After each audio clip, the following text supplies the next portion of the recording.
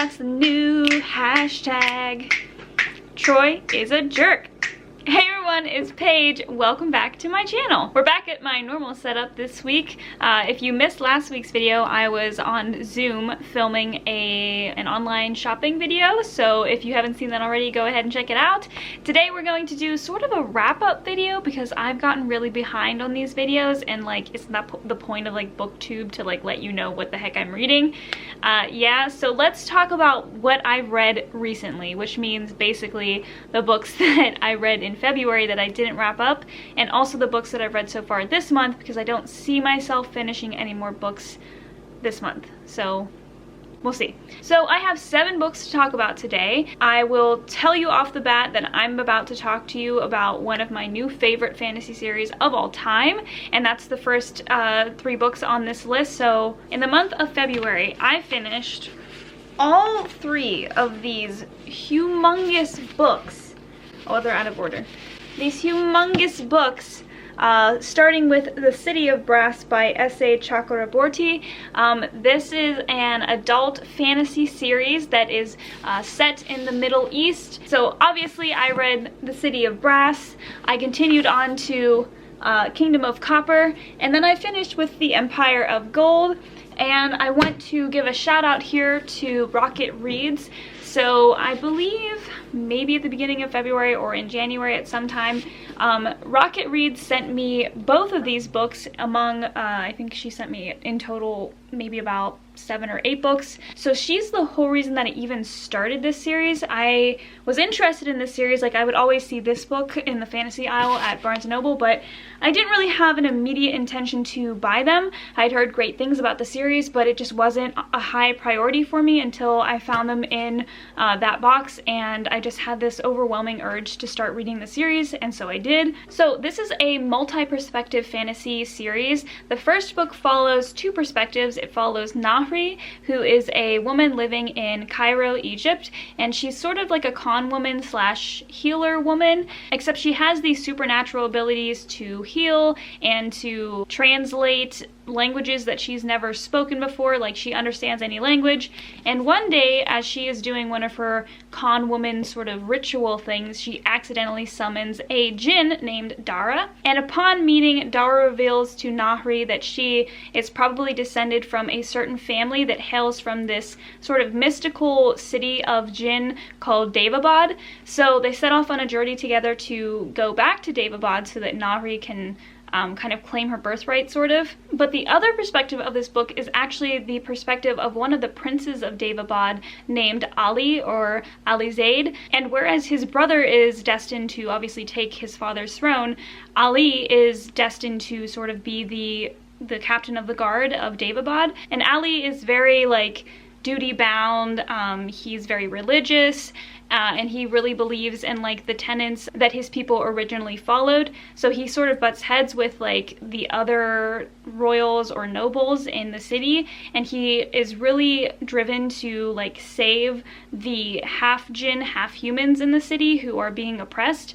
So you get this really, really, really cool like dichotomy between Nahri, who is, I guess you could call her kind, but she has the mind of a thief, she has the mind of like a con woman. And then you have Ali, who is like so noble and proud, and I don't know, it's just it's just awesome. I love it so much. Now, as you might be able to tell from the sheer length of all 3 books, this is a long series, and it does feel slow at certain times, but I felt like the world building and the characters and the plot was so rich and entertaining that it really wasn't like a tedious process to read all 3 of these books, and I just really enjoyed every moment that I spent with these 2 characters and Dara, and it's heartbreaking. It's really a heartbreaking series. I'll tell you right now that the last book had me in tears, like in absolute tears. I haven't cried that hard over a book probably since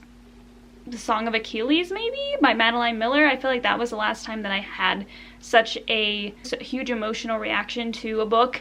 And the ending of this series was it hit me really, really hard because I just love all the characters so much. It was really hard for me to say goodbye to the world. I will tell you that if you are going to read this series, expect to be frustrated. I just kept thinking the whole time I was reading that this series never gives the reader what they want. It always turns, and a plot twist happens, and like it never does what the reader wants it to do. It never follows this prescribed sort of path that we want it to follow. Another thing about this series is that I feel like there is no villain. I feel like even the characters that seem to be opposed to Nahri or to Ali, they have their reasons, their excuses, they have their backstories, and that's really delved into in all 3 books. So I feel like there's really no villain. I feel like it's just circumstances of birth and of like position of history, and so it makes it hard to hate any of the characters, but that doesn't mean that there isn't a lot of strife, because there certainly is. All I can say is that I think you should really read it if you liked Ember in the Ashes, actually, or if you liked, honestly, The Name of the Wind, maybe. If you like those 2 series, that you would like this book series. I just think it really appeals to that section of fantasy lovers, including myself. So before I move on, again, shout out to Rocket Reads for sending me those 3 books. She must have sensed how much I would love the series, and after I was done and after she finished, we had a little bit of like a book gush together where we just talked about how much we love the series and how much we didn't expect some things, and how it was a great experience. I loved it so much. I also buddy read the first book in this series with my friend Danielle from Mississippi, so she is still moving her way through the series, but we did get some awesome book talk in during the first book reading. Okay, so I debated on whether or not I should have made a full video reviewing this book, and maybe I still will. If you would like me to, then let me know down below in the comments. But after I finished that whole series, on the day that this book came out, A Court of Silver Flames, I bought it and I immediately started reading. So I think I had finished this book either the day after it came out or the day after that.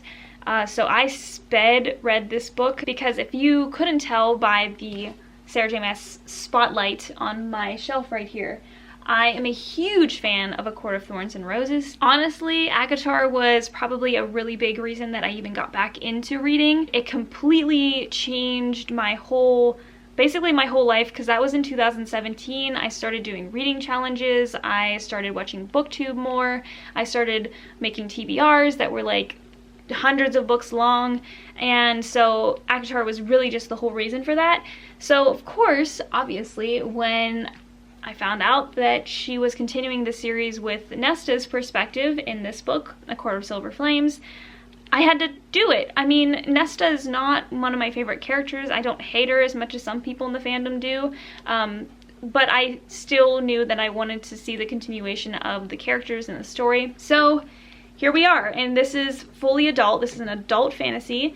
So what that means is that she did not hold back on the level of smut and steam in this book. If you don't like steam, I don't think that you wouldn't like this book, but I definitely think that you would feel sort of turned off by a lot of parts in this book. Essentially, this follows Nesta's rehabilitation after the war with Hybern, and she is coming to terms with all that she lost during the war and all that changed her and her sisters, actually. Nesta was a very traumatized character, very much like how Feyre was at the beginning of Akamath.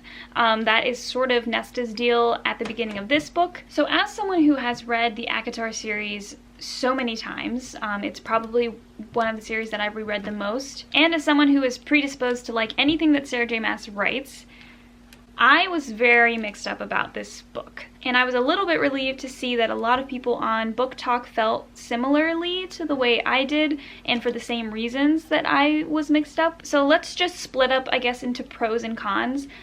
Pros, I did really like the journey that Nesta took from beginning to end, emotionally, spiritually. I liked the new side characters we met in this book. The steam was really good. That's really all. So now to cons. I felt like this book was really, really eerily similar to Feyre's journey in Akamath, you could say. Like, I felt like the trials and everything were extremely similar to Feyre's in a way that it felt like I was reading almost like a fan fiction of like Nesta, but in Feyre's situation. So it felt like I kind of lost some of Nesta's core personality. I also felt like a lot of things were very rushed and very unrealistic. A lot of people had trouble with some Illyrian related things, and I totally agree. But the thing that I think I hated most of all about this book, and probably what took it down to 3 stars for me, is the way that Sarah J. Maas dealt with the Inner Circle's involvement in this book. I personally feel like she ruined a few of the characters. Specifically, I felt like she ruined Rhys's character.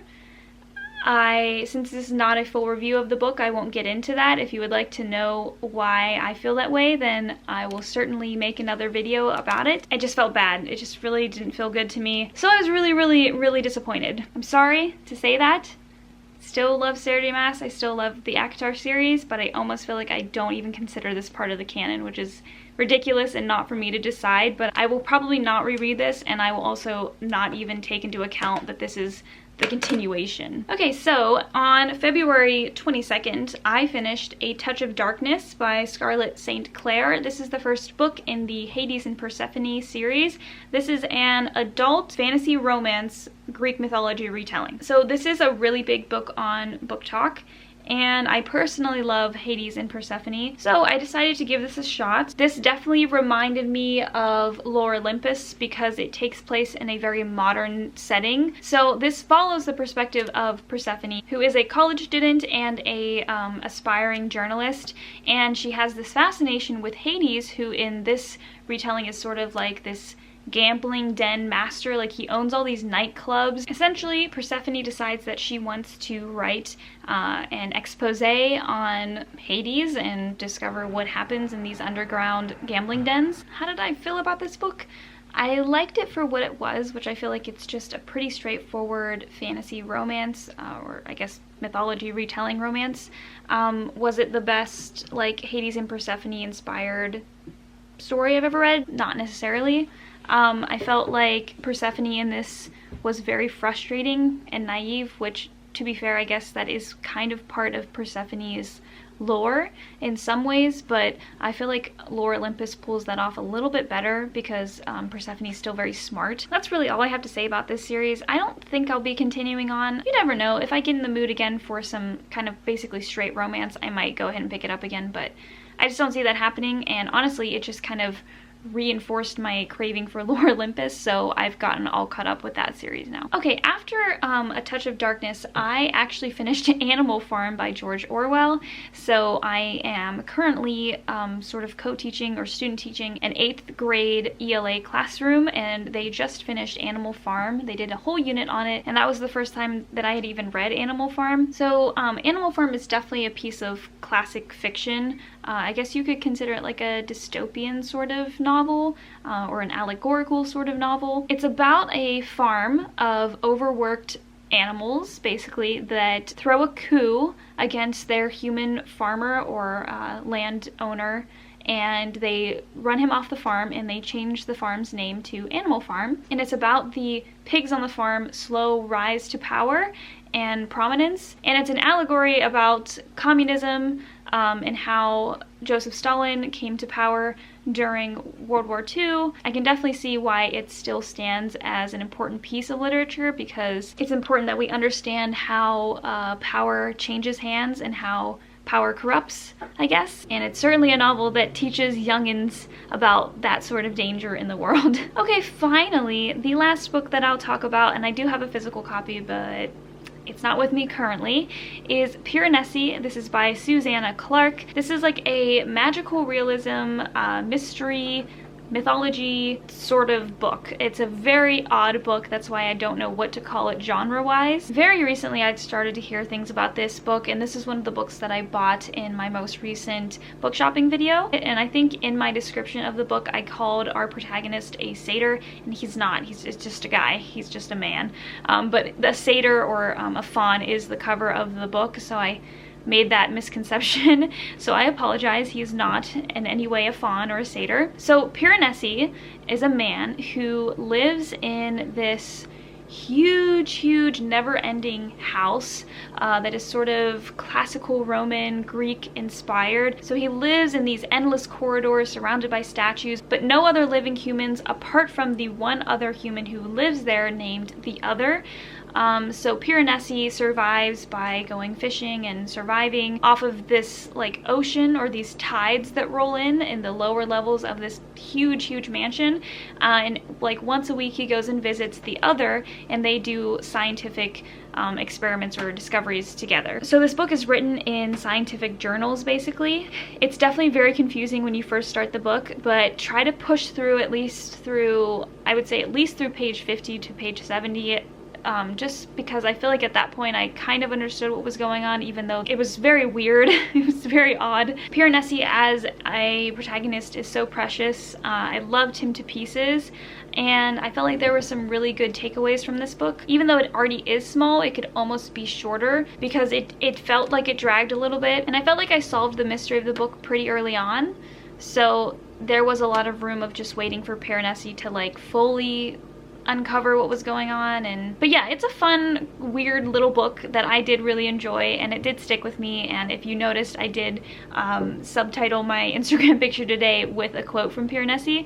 It has some really great quotes. But anyway, that is how I think that's how I ended this month as far as reading goes. I would like to start The Invisible Life of Addie LaRue. If you would like to hear more of my thoughts on any of these books specifically, then let me know in the comments.